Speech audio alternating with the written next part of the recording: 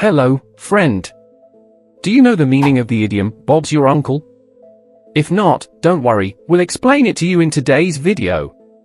The idiom, Bob's your uncle, is a British expression that means something is very easy or straightforward to do. It's often used to suggest that after following a simple series of steps, the desired result will happen. People use this idiom to convey a sense of certainty that a task will be completed successfully with minimal effort. Let's see how we can use this idiom in some sentences. Example number 1. Just turn the key, and Bob's your uncle, the car starts. Example number 2. Open the app, log in, and Bob's your uncle, you can start using it.